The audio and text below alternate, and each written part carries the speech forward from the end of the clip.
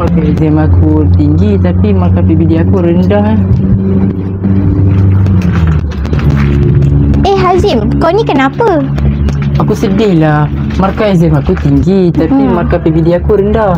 Oh, aku rasa ni mesti ada kena mengena dengan PBS. Hah? PBS? Apa tu?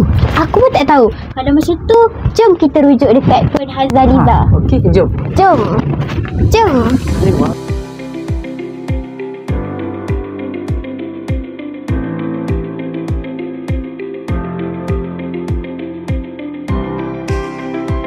Teacher. Boleh kami nak tanyakan PBS? Boleh, sila. Akan menerangkan secara grafik. Boleh? Ya. Baik. Apa maksud PBS? PBS adalah dibina oleh Kementerian Pendidikan Malaysia untuk menilai tahap kompetensi pelajar-pelajar. Baik. Sifat PBS itu ialah sifat yang holistik. Maksudnya dia akan mentafsir pelbagai sudut. Ada dua pentafsirannya, iaitu dari segi akademik dan juga bukan akademik. Okey. Untuk akademik, pentafsiran yang umum, iaitu PP, pentafsiran pusat. Contohnya seperti SPM dan STPM. Satu lagi kita namakan PBD. PBD ni pula ada dua jenis, iaitu berterusan dan juga ujian akhir sesi akademik biasa. Itu untuk akademik. Manakala yang bukan akademik pula ada dua, iaitu PAJSK dan juga psikometrik. Okey. PJSK pula ada pecahannya. Kita ada pentafsiran SEGA,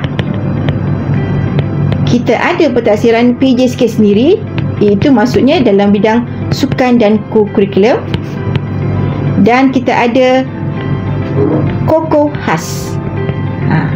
Itulah PBS. Maksudnya pentafsiran ya untuk pelajar yang melibatkan kedua-dua bidang ini, keempat-empat bidang ni, akademik dan bukan akademik, dan kita ada pecahannya 4 jenis pentafsiran. Terangkan bagaimana PBS dilaksanakan di sekolah. Baik. Kita ada jawatankuasa PBS yang diterajui oleh pengetua ya, sebagai penasihat, dan saya sendiri memegang sebagai naib pengurusi lah, di bawah saya, bawah fikir pentadbiran. Okey, dan di bawah kita ada jawatan-jawatan kuasa guru-guru lain lah, dan semestinya ada setiausaha lah, setiausaha PBD. Yang ini kita lantik seorang guru lah jadi setiausaha PBD, dan di bawahnya ialah jawatan kuasa kerja yang terdiri daripada guru kanan, ketua panitia, dan guru-guru mata pelajaran. PBD pula yang berterusan. Bila kata berterusan, maksudnya sepanjang tahun. Jadi anak-anak dinilai sepanjang tahun daripada 3 aspek ya. Kalau kita buat latihan dalam kelas kan, jadi cikgu akan lihat apa hasil pelajar-pelajar tu dari segi lisan, tulisan dan juga pemerhatian.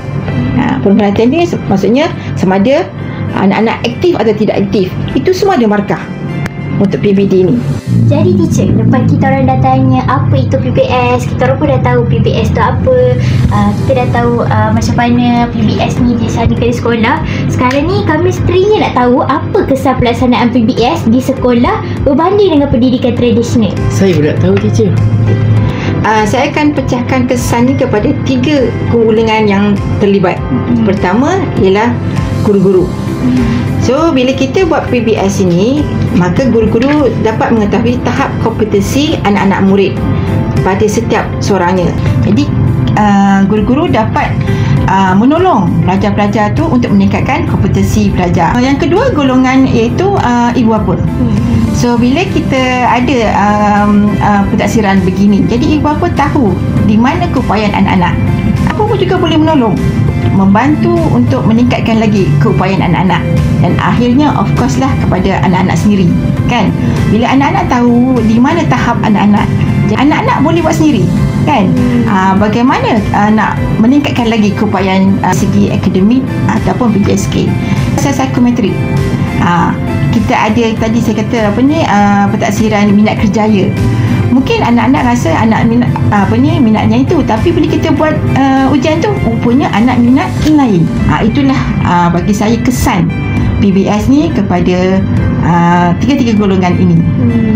Terima kasih Teacher. Oh, aku baru tahu kenapa markah PBD aku rendah. Rupanya dia ada kena mengena dengan PBS. Saya pun baru tahu yang PBS ni penting untuk para pelajar seperti kami. Setakat ni dulu ya video kita untuk hari ini. Kita jumpa lagi dalam episod yang seterusnya. Bye!